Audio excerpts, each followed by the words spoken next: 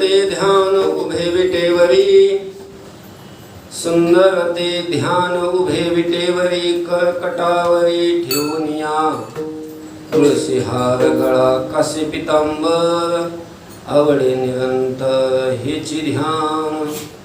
मकर कुंडले तळपती श्रवणी, मकर कुंडले तळपती श्रवणी, कंठी कौस्तुभमणी विराजित, तुळसी हार गळा कासे पितांबर, आवडे निरंतर हेची ध्यान. तुका म्हणे माझे हेचे सर्व सुख, तुका म्हणे माझे हेची सर्व सुख, पाहीन श्रीमुख आवडीने, तुळसी हार गळा कासे पितांबर, आवडे निरंतर हेची ध्यान. पांडुरंगा करू प्रथम,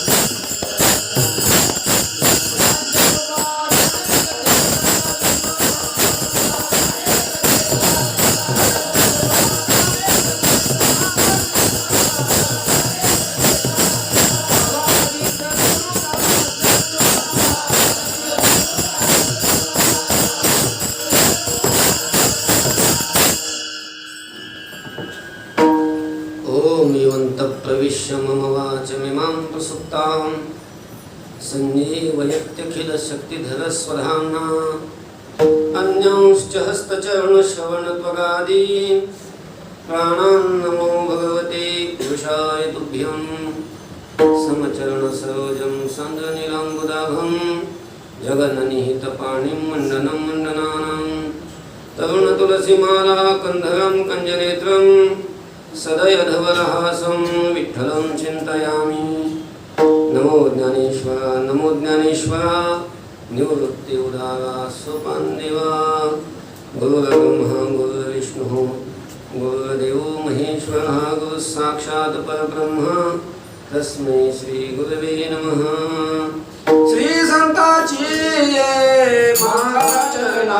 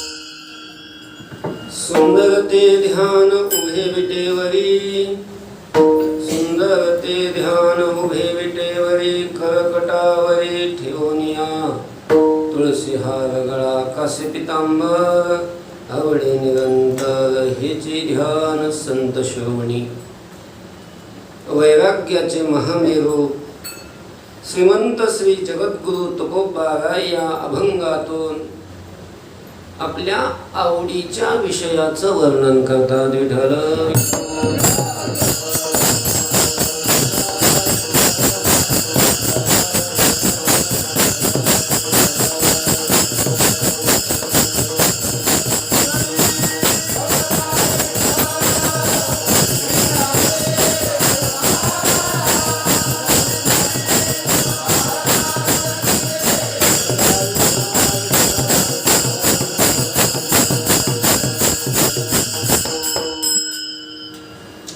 चिंतनाला आरंभ करण्यापूर्वी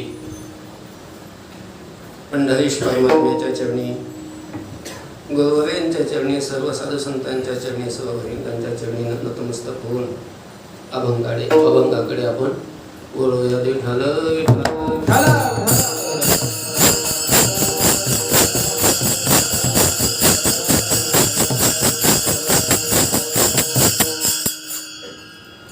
चिंतनाकरता निवडलेला अभंग तुकोबारायांचा आहे. काही सांगावं नाही लागणार, कारण जो महाराष्ट्र भूमीमध्ये जन्माला आला त्याला हा अभंग पाठ नाही असं बहुतेक नाहीच. आणि ज्याला अभंग पाठ नाही, अर्थात हा कीर्तनाला घेतलेला जो अभंग आहे, हा अभंग ज्याला पाठ नाही किंवा ज्यांनी ऐकलेला नाही तो महाराष्ट्रातलाच नाही.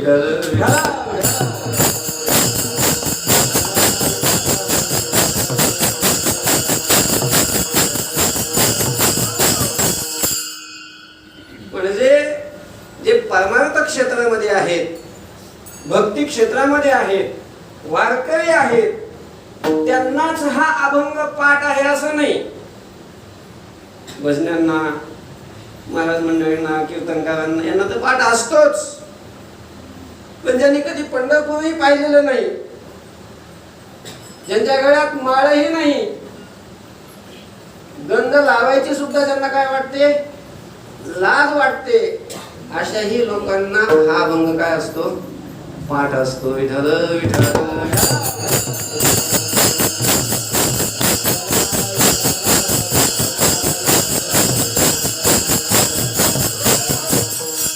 पाठ असतो म्हणजे त्यांनी असं ग्रंथ घेऊन, हरिपाठाचं पुस्तक घेऊन किंवा तुकोबारायांची गाथा घेऊन त्यांनी तो अभंग असा पाठ केलेला असतो, गोकणपट्टी करून, असं नाही. मग तो कानपाठ असतो. विठ्ठल विठ्ठल.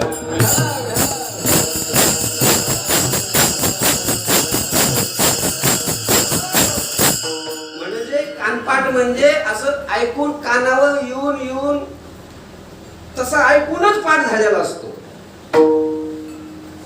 कारण या अभंगाशिवाय भजन सुरुवात होत नाही.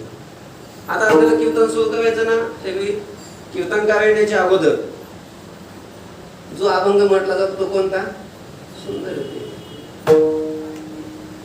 अर्थात हा नेहमी नेहमी म्हणला गेला असल्यामुळं, पुन्हा पुन्हा त्याची आपल्या संप्रदायामध्ये, वारकऱ्यामध्ये याची आवृत्ती असल्यामुळं बहुतेकांना, महाराष्ट्रातल्या सगळ्याच लोकांना हा अभंग जरी पूर्ण पाठ नसला तरी सुरुवातीचं चरण तरी पाठ असतंच. विठ्ठल विठ्ठल.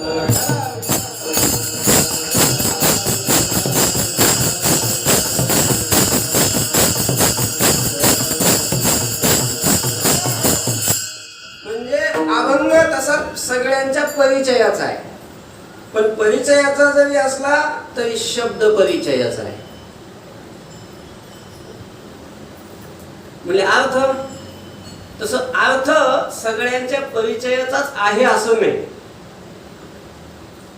कदाचित अर्थ परिचयाचाही आहे आणि कदाचित नाहीही. विठ्ठल विठ्ठल विठ्ठल.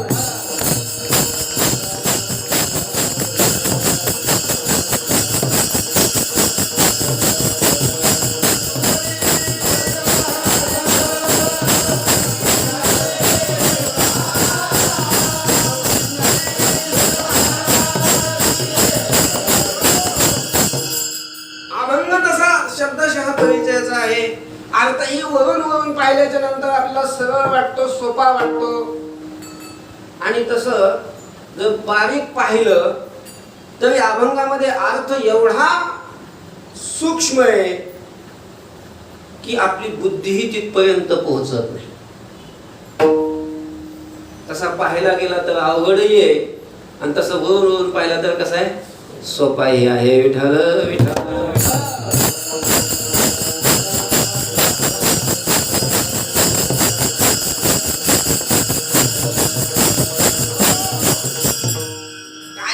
तुकोबारायांच्या अभंगामध्ये, तुकोबारायांनी या अभंगामध्ये तुकोबारायांना जी वस्तू आवडते, अर्थात तुकोबारायांच्या आवडीची जी वस्तू आहे त्या वस्तूचं तुकोबारायांनी या अभंगामध्ये वर्णन केलेलं आहे. अर्थात आवडीचा विषय, त्या आवडीच्या विषयाचं प्रतिपादन करणारा हा अभंग आहे. आवड हा अंतःकरणाचा धर्म आहे. अर्थात ज्यांना ज्यांना अंतःकरण आहे त्यांच्या ठिकाणी काय असते? आवड असते. मग अंतःकरण कोणाला असतं? अंतःकरण जीवाला. मग प्रत्येक जीवाच्या ठिकाणी काय असते? आवड असते. आवड म्हणजेच त्याला आपण प्रेम म्हणतो. प्रेम, आवड हे एका अर्थाचे शब्द आहे. थोडा फरक आहे त्याच्यामध्ये. शास्त्रामध्ये, भक्तिशास्त्रामध्ये थोडासा फरक केलेला आहे. भाव, प्रेम, भक्ती, आवड. पण तसा समानार्थी असल्यासारखा शब्द आहे. आवड ही प्रत्येकाच्या अंतःकरणामध्ये असते. फक्त सगळ्याची आवड एक नसते. विठ्ठल विठ्ठल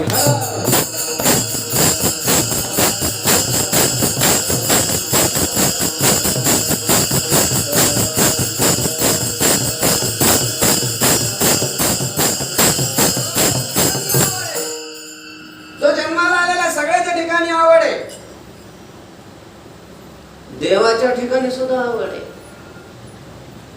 देव सुद्धा असं आवडी वाचून नाही, आवडी शिवाय नाही. देवाच्या ठिकाणी ही आवड आहे. देवाला ही आवडतं. काय आवडतं? अति प्रिय आवडे तुळशी तुका तैसीच प्रीती करी भोळ्या भाविका. प्रीती म्हणजेच आवड. तसंच त्याचं भोळ्या भाविकावर म्हणजे भक्तावरही त्याची आवड असते, प्रेम असतं. आवडे देवासी तो ऐका प्रकार. पुढचं जाऊ द्या. पण देवाच्या ठिकाणी ही आवड आहे असं संतांनी सांगितलं. संतांचं जाऊ द्या, स्वतः देवही सांगतो की मला हे आवडतं, ते आवडतात, ते आवडतात. कोण आवडतात? भक्त असते. तीव मे प्रियाहा.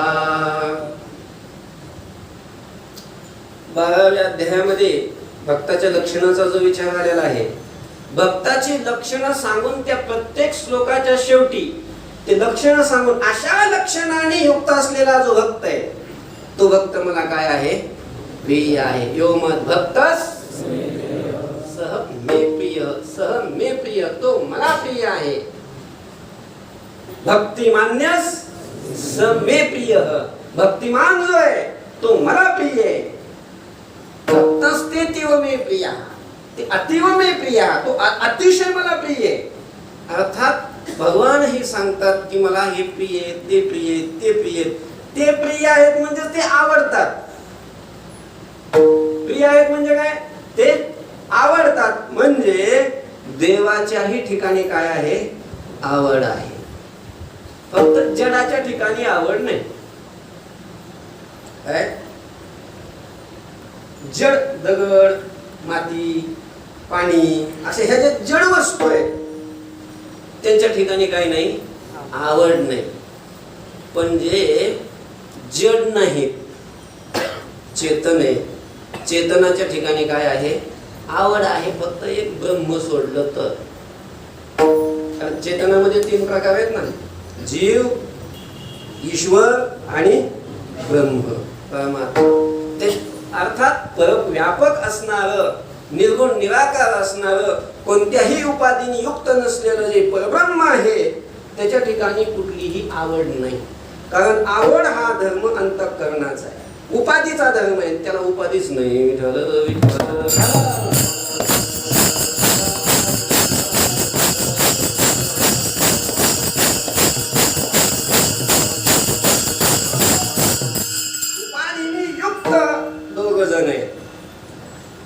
एक जीव आणि दुसरा ईश्वर. म्हणून ईश्वराच्या ठिकाणीही म्हणजे देवाच्याही ठिकाणी आवड आहे आणि जीवांच्याही ठिकाणी काय आहे? आवड आहे. आता देवाला काय आवडतं? थोडस संत वचनाचा आणि भगवंताच्या स्वतःच्या वचनाचा विचार करून आपल्याला कळलं की देवाला काय आवडतं. भक्त आवडतात, त्याला तुळशीपत्र आवडतं, बुका आवडतो, त्याचं जर नाव कुणी घेतलं तर ते नाव आवडतं, त्याची कुणी स्तुती केली तर ती स्तुती त्याला आवडते. या गोष्टीचा विचार आपल्याला शास्त्रातून लक्षात येतो. म्हणजे देवाला ह्या गोष्टी प्रिय आहे. आता जीवाचा जर आपण विचार करायला लागलो, जीवाला काय आवडतं? जीवाला काय आवडतं. आता काय आवडतं म्हटल्याच्या जीवाला काय आवडतं म्हटल्यानंतर एक उत्तर येणारच नाही, कारण मुळात जीव एक नाहीच आहे, ईश्वर एकच आहे, म्हणून त्याच्या आवडीचा विचार करता येतो एका वाक्यात. जीव अनंत आहे, अनंत जीवाच्या ठिकाणी असणाऱ्या आवडी सुद्धा किती आहेत? अनंत आहेत. प्रत्येक जीवाच्या आवडीचा विचार करत जर बसलो, आपलं आयुष्य संपेल तरी आवड वर्णन करायची संपणार नाही. विठाल विठाल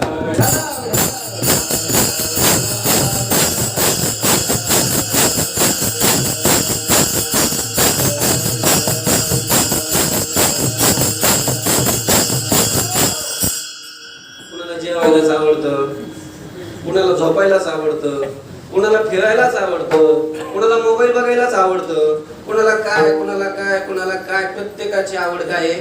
भिन्न आहे. मग ज्यांना जेवतात सगळेच, पण आवडीनं जेवणारे वेगळे असतात. जेवण तर सगळ्यांनाच आवडतं, पण जेवण करायला सगळ्यांना आवडत जरी असलं तरी काय जेवण करायला काय आवडतं ती आवड बी प्रत्येकाची येत नाही. म्हणजे जेवण करणं म्हणजे खाणं, मग जो खाण्याचा जो पदार्थ आहे तो एक पदार्थ सगळ्यांना आवडतो का? नाही, एक पदार्थ सगळ्यांना आवडत नाही. सगळ्यांच्या आवडीचा एक पदार्थ नसतो कधीच. कुणाला श्रीखंडचा आवडतो, कुणाला बासुंदीचा आवडतो, कुणाला गुलाबजामुनचा आवडतं, कुणाला जिलबीचा आवडतो, कुणाला अजून दुसरं अजून सगळ्यांना सांगत बसण्यात काय अर्थच नाही. म्हणजे प्रत्येकाची खाण्याविषयीची आवड सुद्धा काय आहे? वेगळे.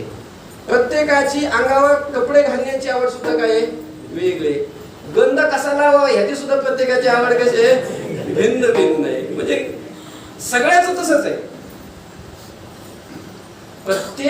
प्रत्येकाची आवड भिन्न आहे.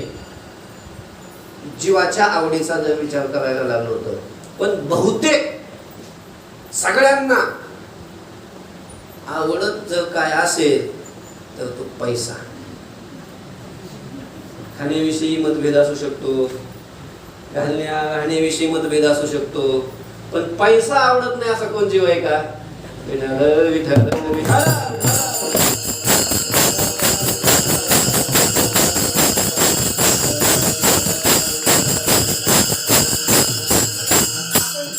किती जण आहोत? प्रत्येकाची खाण्याविषयीची आवड वेगळी आहे, कसं राहावं याच्याविषयीची आवड वेगळी आहे, त्याच्याविषयी मतभेद आहे. पण पैसा आवडतो का नाही कोणाला आहे तुम्ही विचार. सगळ्यालाच काय होतो? पैसा आवडतो. आणि किती आवडतो? बाबा, आपल्या जीवापेक्षा जास्त आवडतो म्हणतात तो कवा आहे. द्रव्य जीवाहुनी आवडे या जना, आम्हासी पाषाणाहुनी हीन. लोकांना द्रव्य जे आवडतं ते आपल्या जीवापेक्षा जास्त आवडतं. काही काही लोक इतर असे असतात ना, त्याने असून पैसा जवळ आला, पैसा आला, पैसा आला, खर्चितच नाही. दुसऱ्या करता नाही, दुसऱ्या करता तर नाहीच, पण घरातल्या करता सुद्धा नव्हे, स्वतः करता सुद्धा खर्चित नाही. खर्चायचं त्याला माहीतच नसतं एवढा. मग काय करतो? नुसतं साठवून ठेवतो, साठवून ठेवतो. दाबून घरात चोर जर आले, चल काढ, सांग कुठे आहे. चोरांनी विचारल्यानंतर चोरांना सुद्धा सांगत नाही. चोरी चाकू लावतात नरड्याला, गळ्याला. सांगतो की नाही? नाही मला सांगत. मरतो, प्राण देतो, पण कुठं ठेवलंय सांगतच नाही. विठाल विठाल.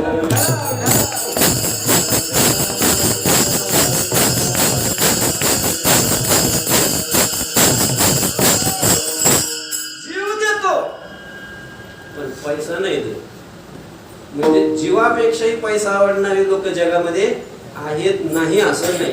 म्हणजे सगळ्या लोकांना जीवाच्या आवडीचा जर विचार केला तर जीवांना जे आवडतं पैसा, द्रव्य. एखाद्याला नसेल द्रव्य आवडत तर त्याला पत्नी आवडते, एखाद्याला नसेल पत्नी आवडत त्याला मुलं आवडतात. अर्थात जीवांच्या आवडीचा विषय हा संसारातले विषय असतात, संसारातले विषय. देवाची आवड वेगळी, जीवांची आवड वेगळी आणि संतांची आवड वेगळी. विठ्ठल विठ्ठल.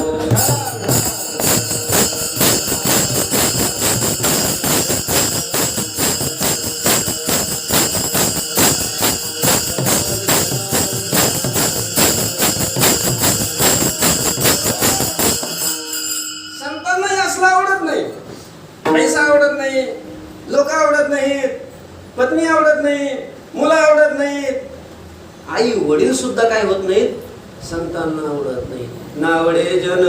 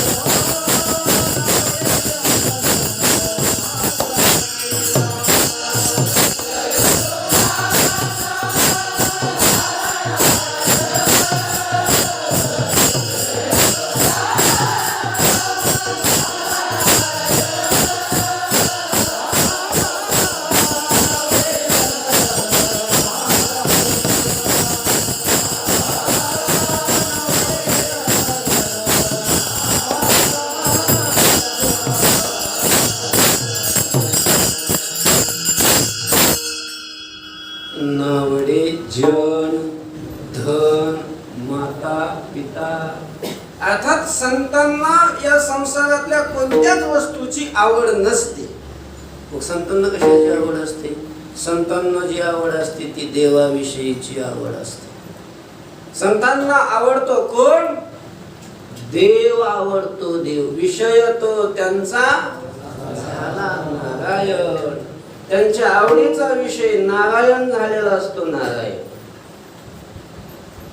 अर्थात जडाला तर आवडच नाही, ब्रह्माच्या ठिकाणी आवड नाही. आवड आहे फक्त देवाच्या आणि जीवाच्या ठिकाणी. देवाची आवड काय आहे त्याचा विचार केला, जीवाच्या आवडीचा काही तो विचार करून फायदाच नाही. मग आता जीवकोटीतून अर्थात ब्रह्मकोटीमध्ये, अर्थात कोटीमध्ये कोटी तिथं कोटी शब्दच नाहीये, पण ब्रह्मस्वरूपामध्ये जे गेलेले आहेत ते काय आहेत? संत आहेत. आणि मग अशा संतांची जी आवड आहे त्या आवडीचा विचार केला तर त्यांना देव आवडतो. किंवा देवाच्या संबंधी जे इतर पदार्थ आहेत ते आवडतात. त्याच्या आवडीने आवडी इतरी. अर्थात मुख्य आवडीचा त्यांच्या विषय जो असतो तो कोण असतो? देव असतो. देव. तुकोबाराय या भंगातून आपली आवड व्यक्त करतात, आपली आवड सांगतात. कुणीतरी तुकोबारायांना विचारलं असे की महाराज तुकोबाराय आले असतील पंढरपूरला, दर्शनाला गेले असतील. तुकोबारायांनी पांडुरंगाचं दर्शन घेतलेलं आहे. दर्शन झालं आणि दर्शन झाल्याच्या नंतर अशी बाकीची संत मंडळी किंवा बाकीची काही लोक गोळा झाले आणि मग तुकोबाराय प्रसिद्ध होते.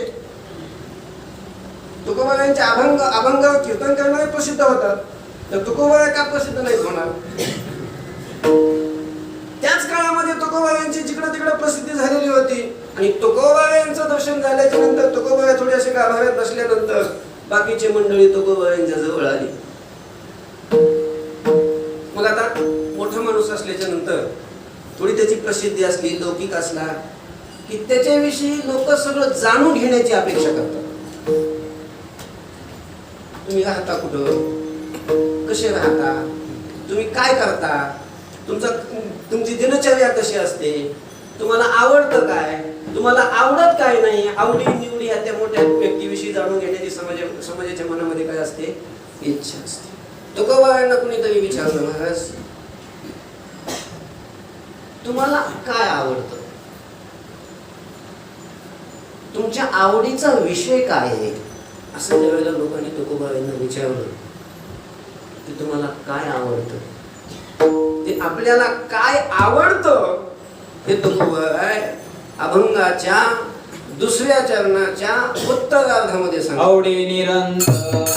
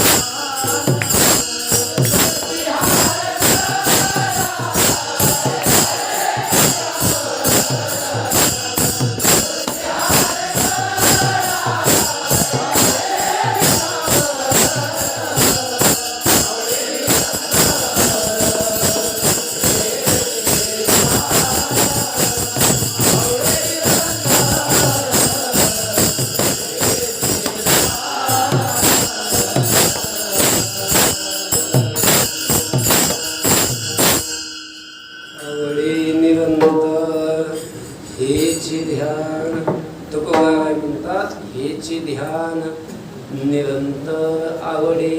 हे ध्यान नव्हे, हेची ध्यान मज निरंतर आवडे. मला हे निरंतर आवडतं, अखंड हे ध्यान. ध्यान म्हणजे स्वरूप, रूपाला संत वाङ्मयामध्ये काय म्हणतात? ध्यान म्हणतात. अर्थात सगळ्याच ठिकाणी नाही. पदाचा अर्थ करत असताना तो प्रसंग पाहून अर्थ करावा लागत असतो. ध्यान या पदाचा अर्थ संत वाङ्मयामध्ये काही ठिकाणी काय होतो? रूप. रूप अर्थाने ध्यान शब्द आहे. तर हे ध्यान म्हणजे हे रूप मला अखंड आवडतं नव्हे, हेच रूप मला आवडतं. हेच किती आवडतं? खूपच आवडतं. हेच आवडतं, याच्याशिवाय दुसरं काही आवडत नाही. तुझं वाचुनी केशवा अणु नावडे. अणु कशाला म्हणतात? दुपारच्या वेळेला जर पत्र्याचं घर असेल तर त्या पत्र्याच्या वर छिद्र पडलेलं असेल, त्या छिद्रातून जर ऊन घरात आलं, असा तो उन्हाचा पट्टा, आणि त्या उन्हाच्या पट्ट्यामध्ये असे कण आपल्याला फिरताना दिसतात. बारीक बारीक कण असतात. असा हात लावला ना आपण, हाताला लागत नाहीत, म्हणजे स्पर्श जाणवत नाही. त्याला त्या कणाला स्पर्श नाही असं नाही मला म्हणायचं, पण ते असं जाणवत नाही आपल्याला स्पर्श त्याचा. पण मग असा हात फिरवला की त्या उन्हात आपण नीट पाहिल्याच्या नंतर असे कण फिरताना दिसतात. लहान लहान लहान लहान कण असतात. तो कण पकडायचा. कशाने पकडा? पकडायचा आणि कुऱ्हाड घ्यायची, आणि कुऱ्हाडीनं त्याचे किती भाग करायचे? 6 भाग करायचे. बघा जमलं तर 6 त्याचे भाग सारखेच 6 भाग करायचे. म्हणजे तो जो कण आहे त्या कणाचा 6वा भाग म्हणजे त्याला अणु म्हणतात. विठ्ठल विठ्ठल विठ्ठल.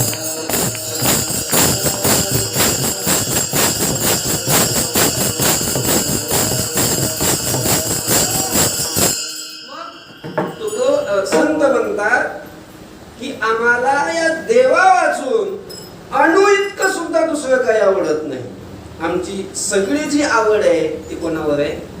देवावर आहे. देवाच्या ठिकाणी जीवापेक्षा जास्त आम्हाला देव आवडतो. जीवीची जीवा प्रेम भावाची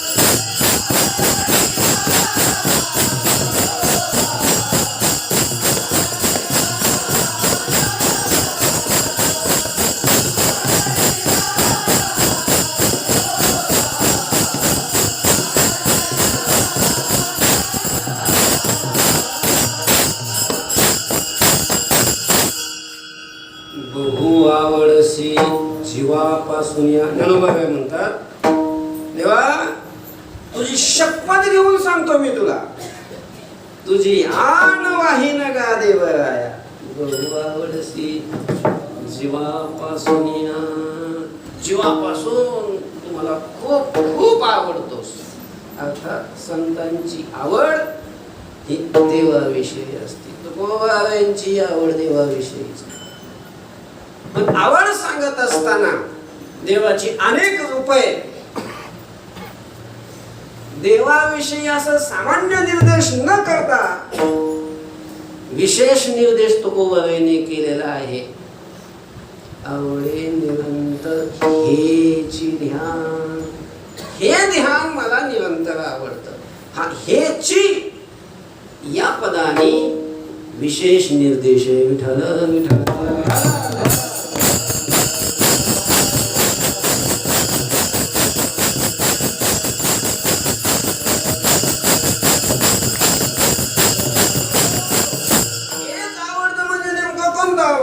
देवाचे अनेक रूप आहेत, अनेक ठिकाणी अनेक रूपाने देव प्रगट झालेला आहे. तुकोबाबांना कोणतं रूप आवडतं, तुकोबाबांना जे आवडत होतं, तुकोबाबा ज्याला हेच म्हणतात, त्या रूपाचं वर्णन तुकोबाबा अभंगाच्या प्रथम चरणामध्ये सुंदर ते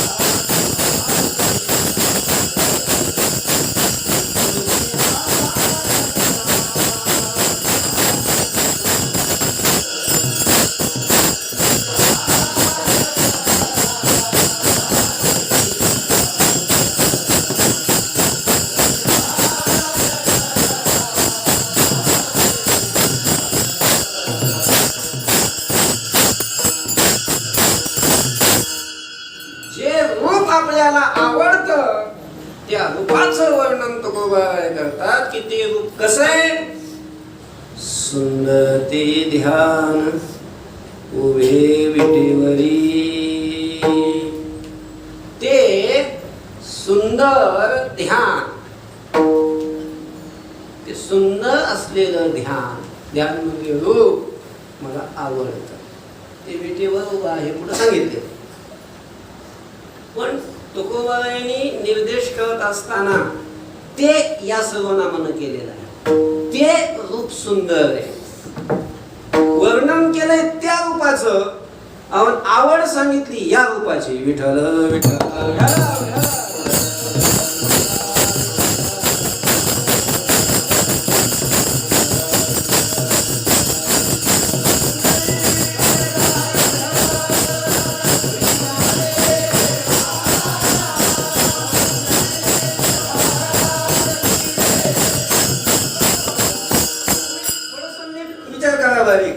वर्णन कोणत्या रूपाचं केलंय. सुंदर ते ध्यान उभे विटेवरी, म्हणजे ते म्हणून वर्णन केलंय.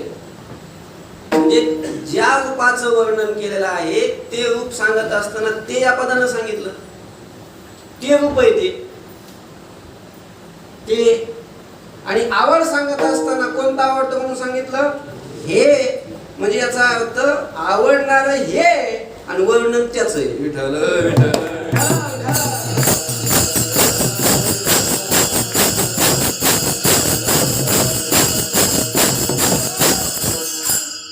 हे होऊ शकत नाही ना, हे ते होऊ शकत नाही.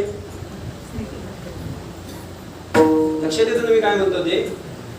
कारण हेही सर्वनाम आहे आणि हेही सर्वनाम आहे, पण हे सर्वनाम दूरच्या वस्तूचं प्रतिपादन करत असतं आणि हे सर्वनाम जवळच्या वस्तूचं प्रतिपादन करत असतं. असं एकदम असं सामान्य सांगत असताना थोडं शास्त्रीय पद्धतीनं सांगतो. जी वस्तू परोक्ष असते त्या परोक्ष वस्तूचं प्रतिपादन हे सर्वनाम करतं आणि जी वस्तू अपरोक्ष असते त्या अपरोक्ष वस्तूचं प्रतिपादन हे सर्वनाम करतं. विठ्ठल विठ्ठल.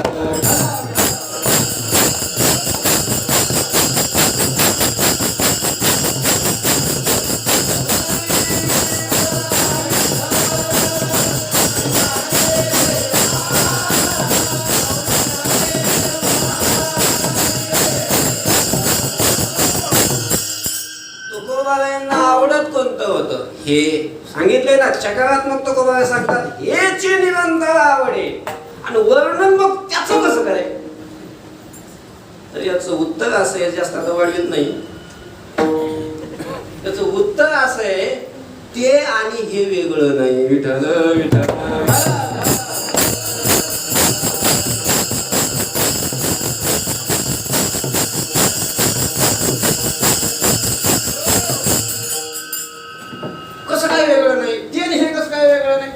कारण ते असतं ते परोक्ष असतं आणि हे असतं ते कसं असतं?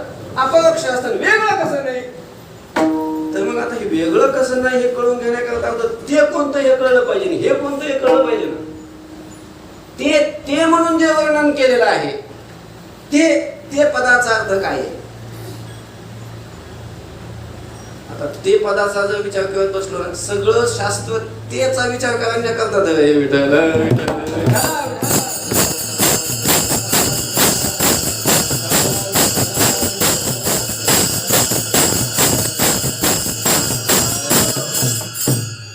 विचारच कधी संपत नाही.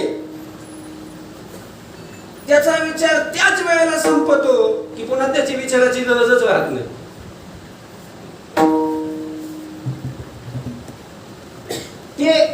ते म्हणजे नेमकं कोणतं? फक्त अभंगातच ते पद येत असं नाही. वेदांत शास्त्रात वेदात सुद्धा ते पद आले नाही. फक्त तिथं मराठीत त्याला ते म्हणतात आणि संस्कृत मध्ये त्याला काय म्हणतात? तत्. तत् म्हणजे ते. विठ्ठल विठ्ठल.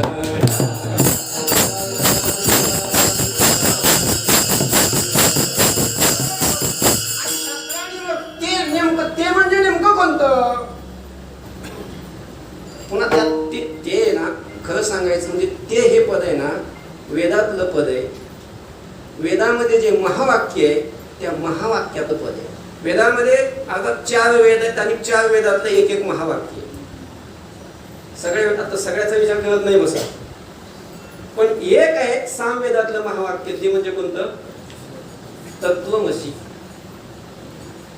तत्त्वमसि त्या महावाक्यामध्ये पहिलंच पद काय आहे? तत्. ते तू आहेस असं त्या वाक्याचा अर्थ आहे. ते म्हणजे नेमकं कोण? त्याचा तर शोध घ्यायचा आहे आणि त्या शोध घेण्यालाच तत्त्व पदार्थ शोधन म्हणतात.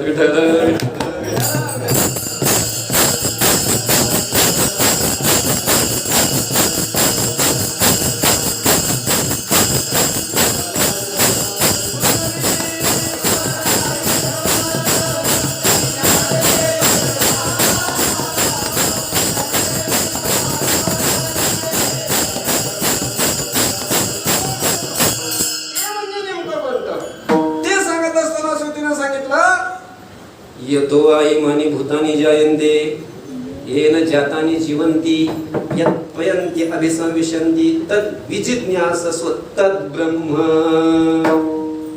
तत् म्हणजे पदाचा अर्थ काय आहे? ब्रह्म. ब्रह्म हा ब्रह्म. पण ब्रह्म म्हणजे काय? यतः इमानी भूतानी जायन्ते, ज्याच्यापासून ही सगळी भूत उत्पन्न होतात. येन जातानी जीवंती, ज्याच्यामुळे ही जन्मलेली जगतात. यत प्रयंती अभिसंविशंती, ज्याच्यामध्ये ही प्रलयाच्या वेळी प्रविष्ट होतात. तत् विजिज्ञासस्व, ते जाणावं. तत् विजिज्ञासस्व, ते जाणावं. ते काय आहे? तत् ब्रह्म. ते काय आहे? ब्रह्म. आता ते पदाचा अर्थ आहे ब्रह्म. अर्थात तुकोबा ते म्हणून जे निर्देश करतात ते कोण नाही, ते आहे ब्रह्म. काय ब्रह्म? आता इथं अभंगात कुठं ब्रह्म आहे? अभंगातच ब्रह्म आहे म्हणून सांगतोय.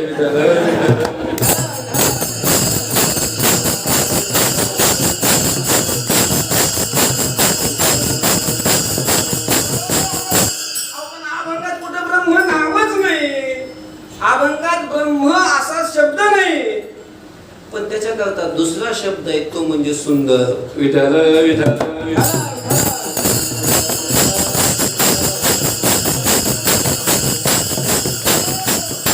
कारण सुंदर शब्दाचाच अर्थ ब्रह्म. कारण ब्रह्माशिवाय सुंदर जगामध्ये काहीच नाही. परमात्मेशिवाय. मग तुकोबा त्याचं वर्णन करतात काय? हा, त्या ब्रह्माचं. आम्हाला तर असं वाटलं की पंढरपूरच्या पांडुरंगाचंच वर्णन करतात. विठ्ठल विठ्ठल.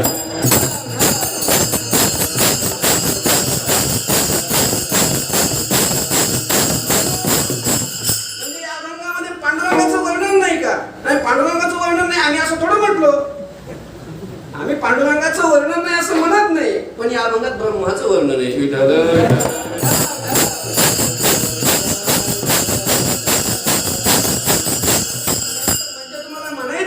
आम्हाला म्हणायचं हे की ब्रह्म आणि पांडुरंग वेगळं नाही.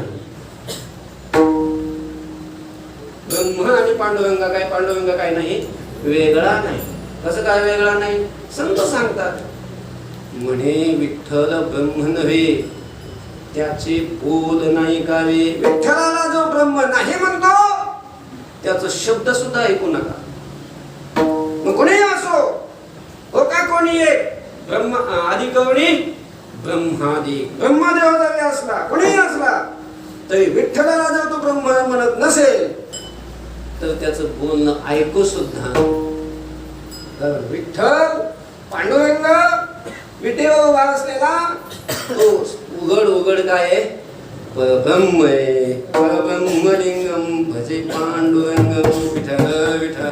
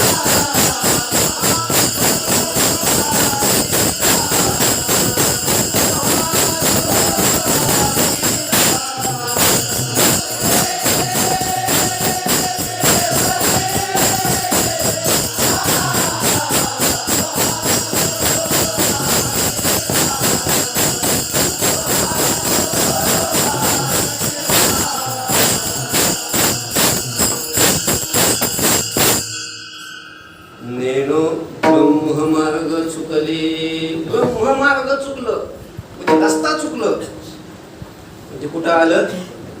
पंढरपूरला आलं. पंढरपूरला आलेलं ते कोण आहे? ब्रह्म आहे. ब्रह्म म्हणजे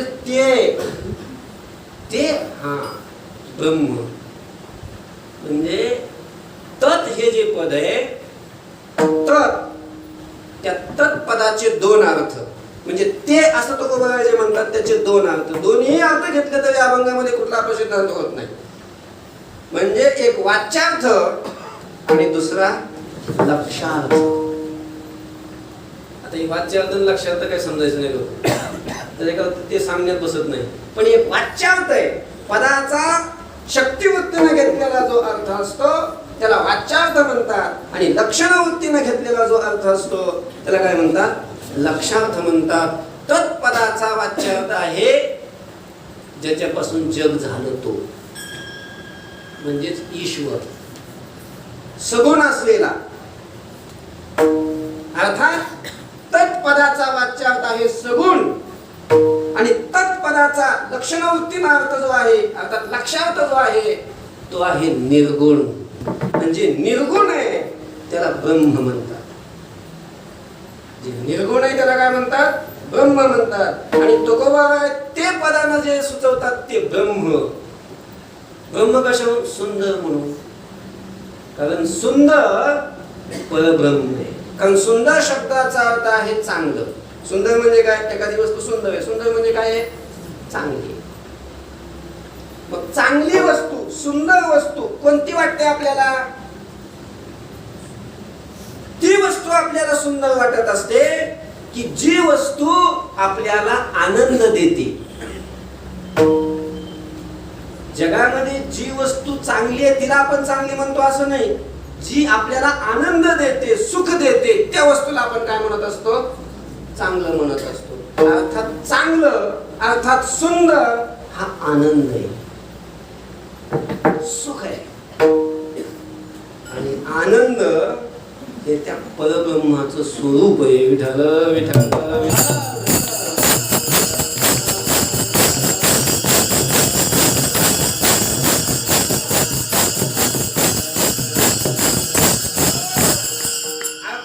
परब्रह्म सच्चित आनंद असणार, असंग असणार, निर्विकार असणार, निर्गुण असणार, व्यापक असणार ते जे परब्रह्म आहे ते सुंदर आहे, ते आनंद रूप आहे.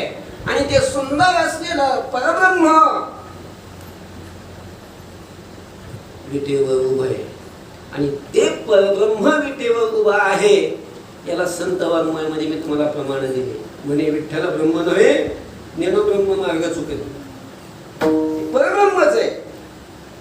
किंवा ते पदानं लक्षात न घेता वाच्यार्थ जरी घेतला, वाच्यार्थ म्हणजे सगुण असणारा ईश्वर जर घेतला तर त्याचं सुद्धा ते म्हणून श्रुतीनं वर्णन केलेलं आहे. तद ब्रह्म यत्वा इमानी भूतानी. हे ब्रह्माचं वर्णन आहे. म्हणजे इथं ब्रह्म शब्द ईश्वर वाचक आहे.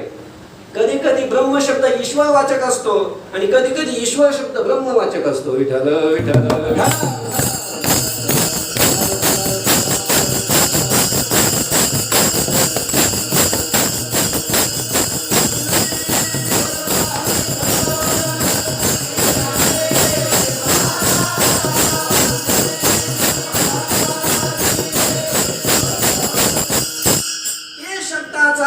त्याच्यापासून जग निर्माण झालं, ज्याच्यामुळं जग जिवंत आहे आणि ज्याच्यामध्ये सगळं जग विलीन होतं असा जो आहे तो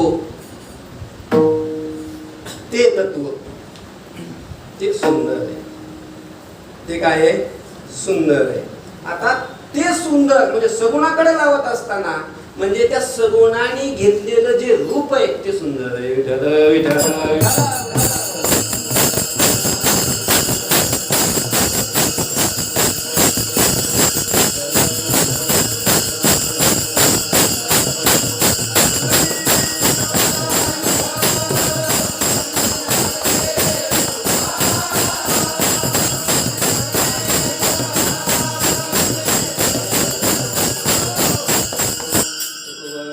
सुंदर ते ध्यान सुंदर. ध्यान म्हणजे ते रूप सुंदर आहे.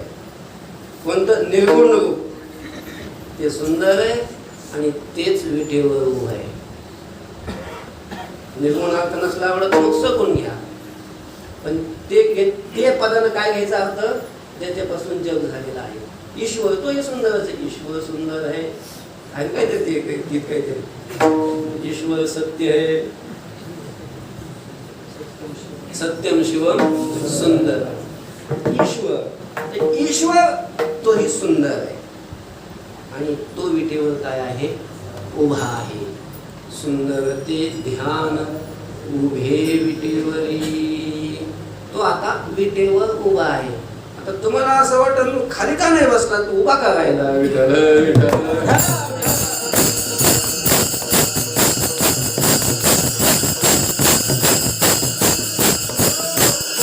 उभा राहायला कोणाला आवडतं का? ती का निवडणूक थोडीच आहे उभा राहायला आवडायला. तर विटेवर उभा राहिलेला आहे तो. विटेवर उभा राहिला, तुम्ही ना विटेवर उभा किती वेळ उभा राहता? तो उभा राहिला नाही, मग त्याला उभं केलं. त्याला विटेवर उभं केलं कोणी? पुंडलिकाने. फक्त पुंडलिकी देखिले उभे केले विटेवरी. विठ्ठल विठ्ठल.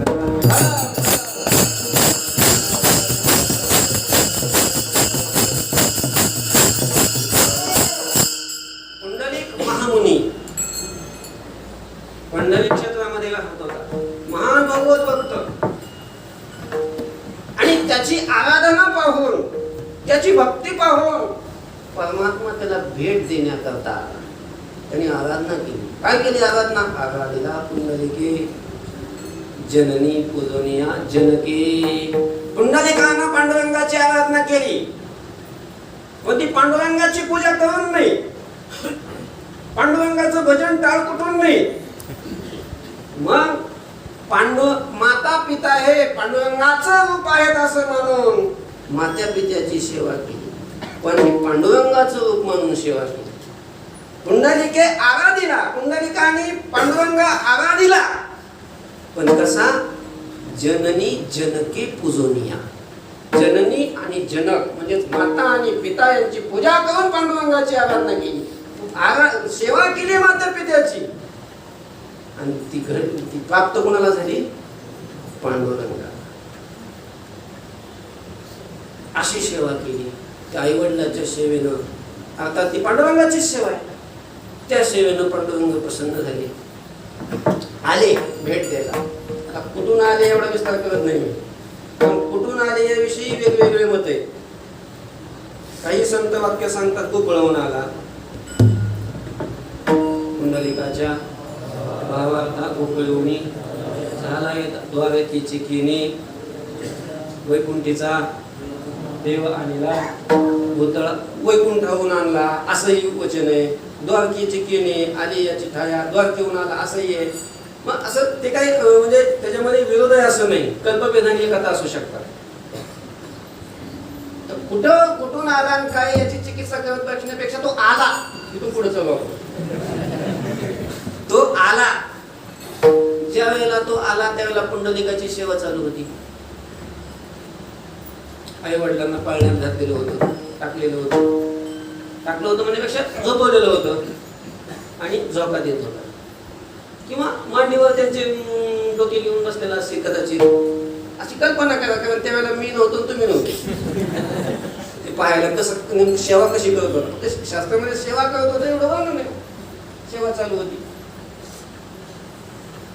मग सेवा चालू असताना देव पाठीमागे उभा राहिला. हे सगळे वातावरण वगैरे सगळे शुभ संकेत वगैरे त्याला प्राप्त झाले, एकदम प्रकाश झाला, तर यानं मागं पाहिलंच नाही. मग पुंडलिकाला आवाज दिला देवाने, असं मागवळून पाहिलं कोण आहे? ज्याच्या करता एवढा अट्टहास होता, एक जन्म नाही अनेक जन्म अट्टहास केलेला होता. पुंडलिकाचं चरित्र वेगवेगळ्या पुराणामध्ये वेगवेगळ्या रूपाने आपल्याला ऐकायला भेटते. आई वडिलांना फक्त गळ्याला दोरी बांधली काशीला वडीत नेत होता तेवढंच आपण ऐकतो, तसं नाही. अनेक जन्मामध्ये पुंडलिकाने सेवा केलेली होती. यासाठी केला होता, याच्या दर्शनाकरता एवढा आठ असेल, तो दर्शन देण्याकरता आलेला आहे. तरी पुंडलिकाने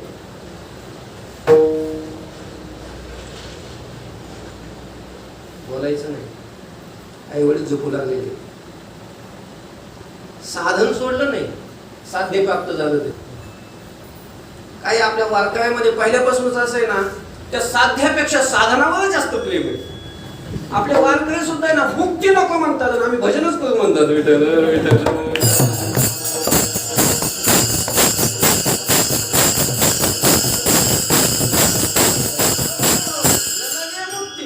आणि संपदा संत संग देई सुद्धा का गुण गाई ना आवडी. गुण कशा करता गायचं त्याच्या करता, तो आला तो नाही, पुंडलिकाने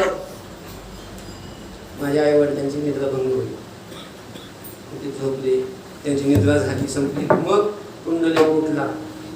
तोपर्यंत अगोदर त्याला अशी वीट फेकलेली होती पाठीमाग उभा राहायला. तर विटेवर मग आता कधी उठतो म्हणून हा बाबा असा हात देऊन उभा राहिला. विटेवर उभे केले, विटेवरी माझ्या सुंदरते ध्यान, उभे विटेवरी. अर्थात त्याला पुंडलिकाने तिथं उभं केलं. ती वीट म्हणजे इंद्राला एका राक्षसाने शाप दिलेला होता आणि त्या शापामुळं इंद्र वीट बनलेला होता. ती ईट म्हणजे काय अशी दगडाची ईट नाही, मातीची ईट नाही, पण पांडुरंगाच्या पायाखाली असणारी स्वर्गाचा अधिपती, स्वर्गाचा राजा इंद्र वीट होऊन पडलेला आहे. आणि त्या विटेवर परमात्मा समचरणामध्ये उभे आहेत. ते रूप पुंडलिकाने पाहिलं, डोळे तृप्त होऊन गेले. त्याला पाहिल्यानंतर बाकीचं पुन्हा काय पाहावं वाटत नाही, कारण ते कसं आहे, सुंदर आहे. त्याच्यासारखी सुंदर वस्तू जगामध्ये दुसरी कोणती नाही. आपल्याला जगातलं जे सौंदर्य दिसतं ना, ते किंचित सौंदर्य असतं, ते तिथूनच आलेलं असतं, बिंदू मात्र असतं. आणि हा सौंदर्याचा सिंधू आहे. ते पाहिलं, असं पाहतच राहावं वाटलं. खूपच ते रूप आवडलं. कमरेवर हात ठेवला, पुंडलिकाने दर्शन घेतलं. सगळे देव तिथं आले. मग देवाने सांगितलं, पुंडलिका, अरे तुझ्या उपासनेला पाहून, तुझी आराधना पाहून मी तुला आलो, तुला वर देण्याकरता आलेलो आहे. वरून पुंडलिकाय दातुं मुनींद्रैः. पुंडलिकाला वर देण्या, माग काहीतरी माग. मी काहीच नको देवा, तुझं दर्शन झाल्याच्या नंतर पुन्हा आता कशाची इच्छाच नाही. अरे पण माझी इच्छा आहे ना तुला देण्याची, तू माग ना. मग पुंडलिकाने एक नाही अनेक वर मागितले. मग देवाला सांगितलं, देवा तू याच रूपामध्ये असंच आणि याच ठिकाणी उभं राहायचं. कमरेवर हात ठेवून विटेवर समपावलामध्ये असंच उभं राहायचं. ठीक आहे, वर दिला, तथास्तु. काय करायचं ते येऊन, जे तुझ्या दर्शनाला येतील तर सगळ्यांचा काय करायचा, उद्धार करायचा. हा अधिकारी आहे का आणि अधिकारी नाही का, त्याचा मल गेला का, त्याचा विक्षेप गेला का, त्यांनी श्रवण केलं का, मनन केलं का, निधिध्यासन, असला विचार करायचाच नाही. दर्शनाला आला ना, मुक्त करायचं. मोड पापी जैसे तैसे उतरी काशीला होण्या. ठीक आहे, तथाच. आषाढी कार्तिकी काय आरतीमध्ये भक्तजन येती चंद्रभागे माझी स्नान जे करती, दर्शन ह्या मात्र तया होय मुक्ती. नामदेवाने वर्णन केले. पांडुरंगाचं नुसतं दर्शन जरी केलं, केवळ दर्शनाने मुक्ती प्राप्त होते का. पुंडलिकाने वर दिलेला, मागून घेतलं. पुंडलिकाने सांगितले तो उभं राहायचं आणि प्रत्येक येणाऱ्यांना मुक्त करायचं. तथास्तु. म्हणून देव अजून उभा आहे. वाटो पाही उभा बसलेला नाही, मालकाने काम सांगितलेलं आहे ना. कारण देव भक्ताच्या आधी नाही, अहम भक्त पराधीना.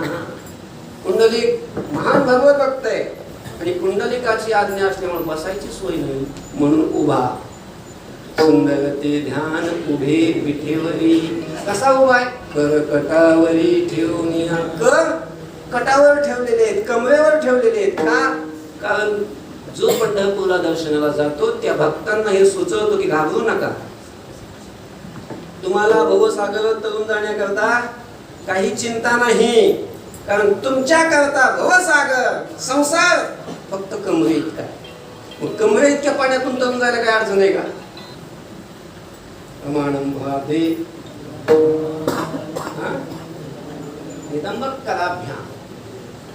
फक्त कमरे इतका अशा प्रकारचा हा भवसागर आहे. म्हणून भक्ताला, हरिभक्ताला, पांडुरंगाच्या भक्ताला चिंता करण्याची गरज नाही. म्हणून कर कटावरी ठेवून या.